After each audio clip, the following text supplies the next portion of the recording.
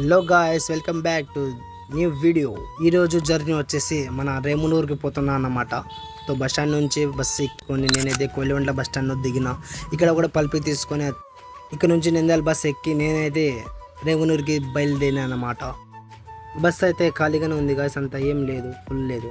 లేదంటే మామూలుగా అయితే ఫుల్ ఉంటుంది. ఈ బస్ పక్కన బస్ చూడండి ఎంత ఫుల్ ఉన్నారు పబ్లిక్. స్టార్ట్ అయిపోయింది గాయస్. ఇది వచ్చేసి కుందు రివర్ అంటారు.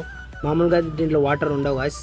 ఇప్పుడు వర్షాకాలం కాబట్టి వాటర్ ఫుల్ ఉన్నాయి. రేవునూరు వచ్చేసి దిగేసిన చూడండి.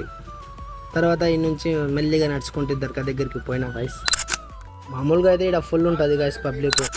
మొహరం నెల స్టార్ట్ అయింది కదా, అందుకు అంత పబ్లిక్ ఏమి ఉండదు.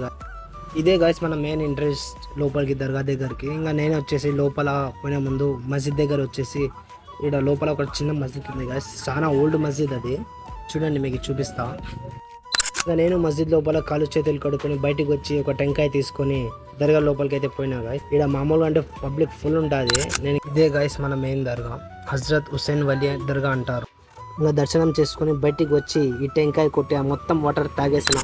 ఇంకా నేను బయటికి అయితే వచ్చేసి రివర్ ఉంటే రివర్ చూసేసి, రివర్ చూస్తున్నప్పుడు నాకు ఒక చెట్టు అయితే కనబడింది, లోటస్ చెట్టు. చూడండి ఎంత బాగుందో. ఇంకొకటి ఉంది గాయస్ ఆడ పక్కన, చూపిస్తా చూడండి.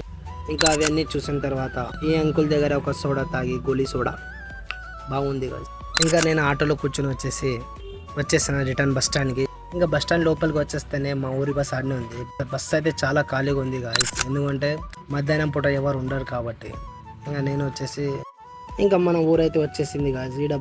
ఇంకా నేను బస్ దిగేసి వచ్చేసిన గాయస్ ఇంటికి. కలుద్దాం నెక్స్ట్ వీడియోలో. సబ్స్క్రైబ్ చేసుకోండి ఈ బబ్బర్ గానికి ఏమైంది తెలుసుకోవడానికి.